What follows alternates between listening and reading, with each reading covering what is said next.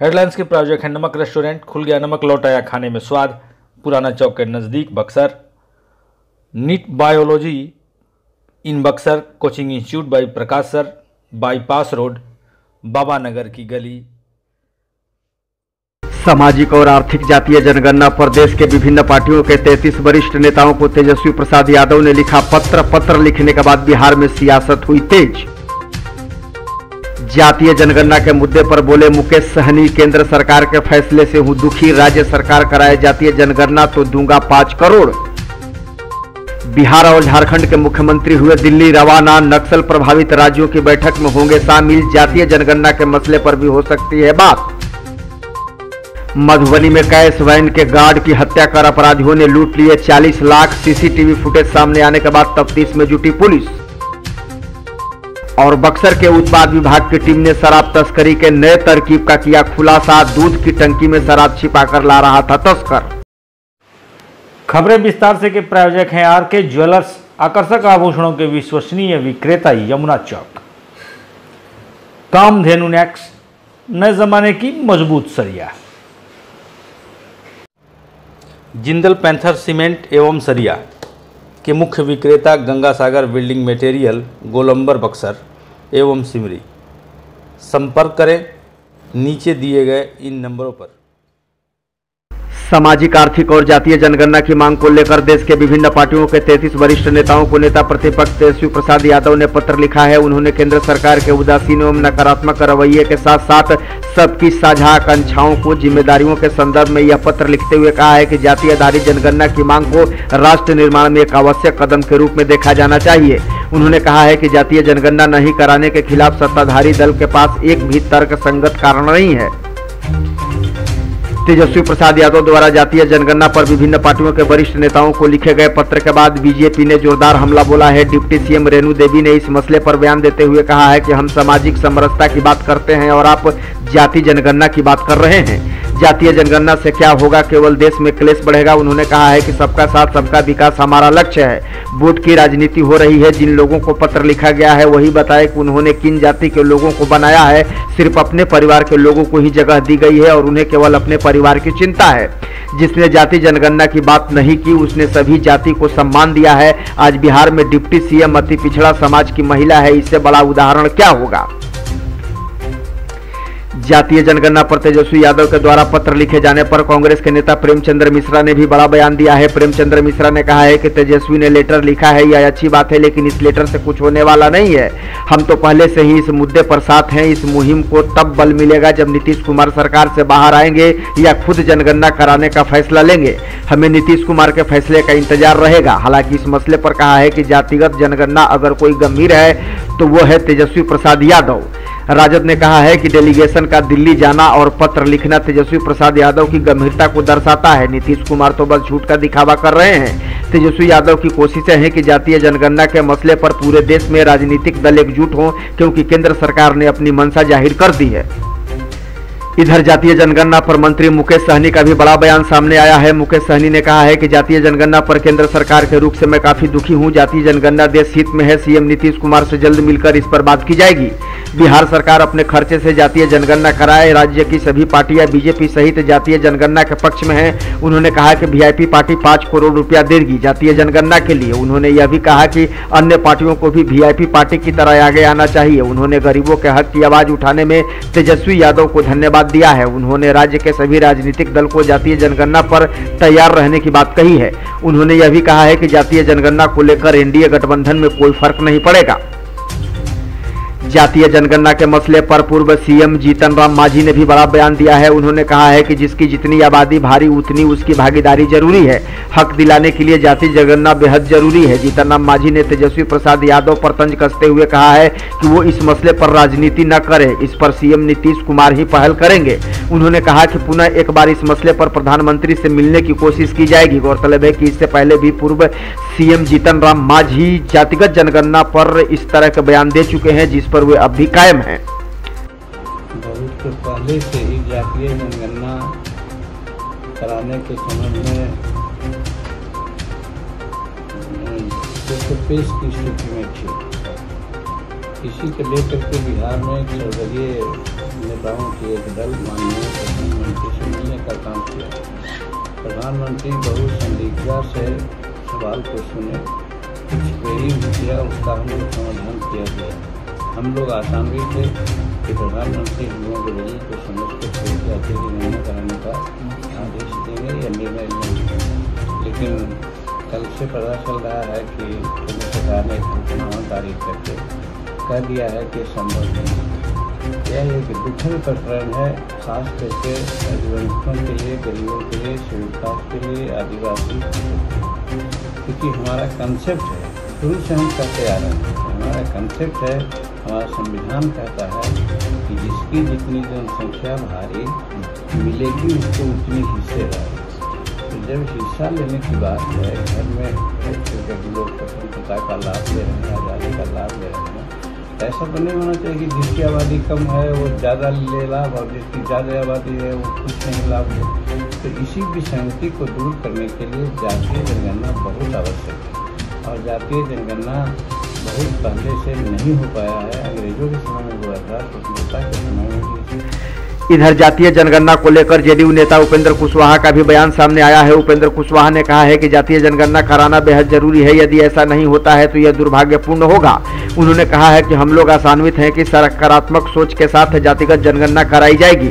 उन्होंने कहा कि जातिगत जनगणना के अभाव में प्रतिदिन नुकसान हो रहा है। उन्होंने कहा कि राज्य स्तर पर जनगणना कराने से नहीं होगा वांछित लाभ, इसके लिए उपयुक्त लाभ के लिए राष्ट्रीय स्तर पर यह काम करना बेहद जरूरी है। मुख्यमंत्री नीतीश कुमार दिल्ली के लिए रवाना हो गए हैं। जानकारी के मुताबिक कल दिल्ली में होने वाली बैठक में मुख्यमंत्री भाग लेने के लिए निकले हैं। दरअसल नक्सल प्रभावित राज्यों की दिल्ली में बैठक होनी है। इसके अलावा जातीय जनगणना को लेकर मुख्यमंत्री नीतीश कुमार का दिल्ली दौरा अहम माना जा रहा है। दरअसल मुख्यमंत्री नीतीश कुमार जातीय जनगणना की मांग करते रहे हैं। केंद्र ने कोर्ट में दिए अपने हलफनामे में जातीय जनगणना से साफ तौर पर इनकार किया है। हालांकि इसकी मांग को लेकर पीएम नरेंद्र मोदी से पहले ही सर्वदलीय प्रतिनिधि मंडल मिल चुका है। दरअसल इस मसले को लेकर मुख्यमंत्री नीतीश कुमार प्रतिनिधि मंडल की अध्यक्षता भी कर चुके हैं। हालांकि जातीय जनगणना केंद्र सरकार के इनकार के बाद अब यह देखना अहम होगा कि इसके बाद जदयू का रुख क्या होता है और मुख्यमंत्री नीतीश कुमार इस मसले पर क्या रुख अख्तियार करते हैं। इधर झारखंड के मुख्यमंत्री हेमंत सोरेन भी दिल्ली पहुंच गए हैं। उनके दिल्ली पहुंचते ही गहमागहमी बढ़ गई है। जानकारी के मुताबिक मुख्यमंत्री हेमंत सोरेन गृह मंत्री अमित शाह से मुलाकात करेंगे। इसके अलावा सुबह 11 बजे विज्ञान भवन में आयोजित नक्सल प्रभावित राज्यों के साथ बैठक में भी वह हिस्सा लेंगे, जिसमें कई तरह के चर्चाएं होंगी। हालांकि मुख्यमंत्री हेमंत सोरेन के दिल्ली पहुंचने पर मीडिया ने उनसे बातचीत करने की कोशिश की, लेकिन उनका कोई बयान सामने नहीं आया। मिली जानकारी के मुताबिक कल दिल्ली में अमित शाह से मुलाकात और नक्सल प्रभावित राज्यों के साथ बैठक में शिरकत करने के बाद संभावना है कि वह मीडिया से बातचीत करेंगे और जानकारियां साझा करेंगे। मधुबनी बाजार में अपराधियों ने बड़ी वारदात को अंजाम दिया है। दरअसल मधुबनी शहर के व्यस्त बाजार बाटा चौक पर शुक्रवार को दिन दहाड़े 5 बदमाशों ने कैश वैन से 39,78,818 रुपए लूट लिए। इस दौरान बैंक के गार्ड शिव कुमार राय की गोली मारकर अपराधियों ने हत्या कर दी। घटना के बाद ताबड़तोड़ फायरिंग करते हुए पैदल ही अपराधी रुपयों से भरा थैला लेकर भाग निकले। बदमाशों ने वारदात को मात्र 3 मिनट में अंजाम दिया। कैश वैन से 2 गार्ड व चालक LIC से रुपए लेकर एक्सिस बैंक में जमा कराने गए थे। हालांकि लूट की पूरी वारदात CCTV में कैद हो गई है। जानकारी के मुताबिक बदमाश पहले से ही घात लगाए हुए थे। वैन रुकते ही गार्ड से रुपयों से भरा थैला छीनने लगे। गार्ड ने रुपए छीनने से विरोध किया तो एक बदमाश ने उसे गोली मार दी, जिसके बाद थैला लेकर हवाई फायरिंग करते हुए मौके से पैदल ही अपराधी फरार हो गए। फिलहाल पुलिस पूरे मामले की तफ्तीश में जुट गई है। जहानाबाद जिले के DDC मुकुल कुमार गुप्ता पर सत्ताधारी पार्टी के महामंत्री सतीश कुमार ने जहानाबाद न्यायालय में परिवादवाद दायर कर जिले में हड़कंप मचा दिया है। सूचक सतीश कुमार ने आरोप लगाया है कि एक जांच आवेदन का जवाब जानने के लिए DDC के पास वे गए थे। साहब को यह बात नागवार गुजरी और उन्होंने अपने स्टाफ के साथ मिलकर उनके साथ मारपीट की और जाति सूचक भाषा का इस्तेमाल किया। इसके बाद उन्होंने इस बात की जानकारी जिले के DM को दी, लेकिन बावजूद इसके कहीं से भी न्याय नहीं मिलता देख उन्होंने कोर्ट में उनके खिलाफ परिवाद दायर किया है। उन्हें उम्मीद है कि कोर्ट से उन्हें जरूर मिलेगा। उन्होंने कहा है कि इस बात की जानकारी हम लोग सूबे में बैठे ऊपर के आला अधिकारियों को भी देंगे और DDC के जल्द से जल्द तबादले की भी मांग करेंगे। सबके साथ, चूँकि हम सत्ताधारी दल से भी बिलोंग करते हैं और ऐसी परिस्थिति में हम समन्वय बनाकर जन समस्याओं का निराकरण चाहते हैं, जो नहीं हो पाया। बहुत दुखद है, मुझे बहुत दर्द है, बहुत सारी बातें हैं जिसका तो हम अब जो हमारा ये केस चल रहा है उसमें हम उसका उल्लेख कर देंगे। हमारा केस एक्सेप्ट हो गया है और 30 तारीख को उसका पहला हियरिंग होने जा रहा है। उस हियरिंग में हम सारी बातों का उल्लेख कर देंगे। मैं उम्मीद करता हूं कि न्याय हमारे साथ। आपको जो है कौन कौन पीटा है? मुकुल कुमार गुप्ता ने सबसे पहले हाथ उठाया, अर्चना कुमारी ने भी अपने चप्पल से पीटना शुरू किया, सुचित्रा कुमारी थी, रमेश कुमार जो था हमें पकड़े हुए था हाथ। इस तरह से सारे लोग घेर करके मार रहे थे हमको। और एक स्टाफ था जिसका हम नाम तो पूरा नहीं बता सकते, लेकिन उनको चेहरा से हम पहचान सकते हैं।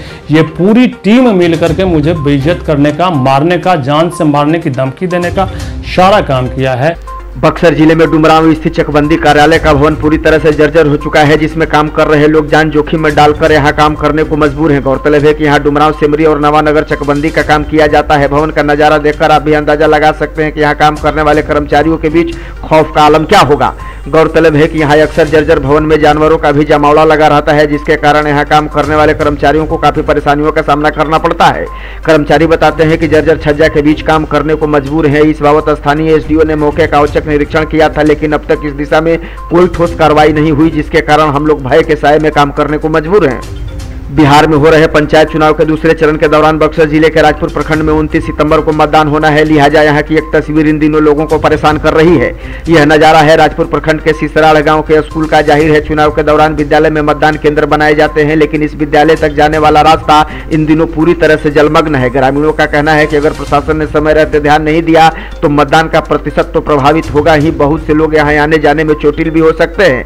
ग्रामीणों की मांग है कि मतदान से पहले प्रशासन को जलमग्न रास्तों को दुरुस्त करना चाहिए, ताकि आसानी से लोग यहां आकर मतदान प्रक्रिया में हिस्सा ले सकें।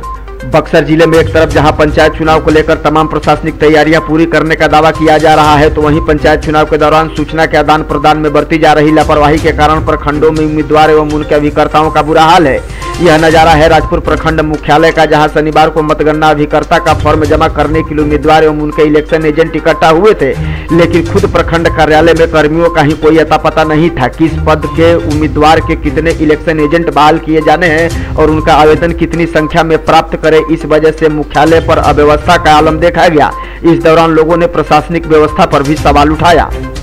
बक्सर जिले के इटाढ़ी थाना क्षेत्र के कुकुड़ा गांव में शुक्रवार की रात सो रही दो बहनों को करैत सांप ने डस लिया। इस दौरान परिजनों की लापरवाही के कारण 9 वर्षीय नेहा की मौत हो गई, क्योंकि घर वाले इसे झाड़ फूंक कराने के लिए मंदिर मंदिर दौड़ते रहे। जब उन्हें एक बच्ची को खो दिया तब दूसरे को अस्पताल में दाखिल कराया गया, जिसकी हालत में फिलहाल सुधार देखा जा रहा है, क्योंकि उसे एंटीवेनस इंजेक्शन दिया गया है। दरअसल अक्सर यह देखा जाता है कि इस तरह के हादसे के बाद जागरूकता के अभाव में परिजन तरह तरह के टोटके का इस्तेमाल करते हैं, जो जानलेवा साबित होता है। इसलिए जब भी इस तरह का हादसा हो तो फौरन अस्पताल जाएं, न कि अंधविश्वास में पड़कर इस तरह का हथकंडा अपनाएं। दो पहिया वाहनों पर ट्रिपल सवारी तो आम बात है, लेकिन जरा इन जनाब को देखिए जो 4 मासूमों को बाइक पर बैठाकर स्कूल छोड़ने जा रहे हैं। इन्हें इस बात का जरा भी फिक्र नहीं है कि जरा से भी असावधानी हुई तो इन बच्चों के साथ साथ इनके लिए भी जानलेवा साबित हो सकता है। साहब ने खुद तो हेलमेट पहन रखा है, लेकिन यातायात नियमों की धज्जियां उड़ाते हुए इन्हें इस बात का जरा भी फिक्र नहीं है कि अगर कोई हादसा होता है तो बच्चों के जान पर बन आ सकती है।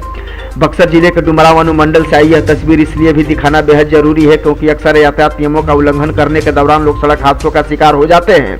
जिले में ताजा आंकड़ों के मुताबिक कई लोगों ने इस साल सड़क हादसे में अपनी जान गंवा दी है, लेकिन बावजूद इसके कुछ समझदार लोग इस तरह की करतूत से बाज आने के बजाय ऐसा करने में अपनी समझदारी मानते हैं। बिहार में शराबबंदी लागू होने के बावजूद भी शराब तस्कर नए नए तरीके अपनाकर शराब की तस्करी कर रहे हैं। इसी कड़ी में बक्सर जिले के उत्पाद विभाग की टीम ने शराब तस्करी के एक नए तरकीब का खुलासा किया है, जिसमें शराब तस्कर दूध की टंकी में शराब छिपाकर उत्तर प्रदेश से बिहार ला रहे थे। दरअसल उत्पाद विभाग ने सड़क किनारे लावारिस हालत में दूध की टंकी लदी एक साइकिल को देखा, जिसके बाद आशंका के मद्देनजर जब उसकी जाँच की गई तो दूध की टंकी के अंदर से भारी मात्रा में शराब बरामद किया गया। हालांकि इस दौरान तस्कर भागने में कामयाब रहा। उत्पाद विभाग की टीम ने बताया कि लावारिस हालत में खड़ी साइकिल को देखकर आशंका हुई, जिसके बाद जांच की गई तो दूध की टंकी में शराब बरामद किया गया। हालांकि शराब तस्कर भागने में कामयाब रहा। फिलहाल अज्ञात तस्कर के खिलाफ मामला दर्ज कर मामले की तफ्तीश की जा रही है।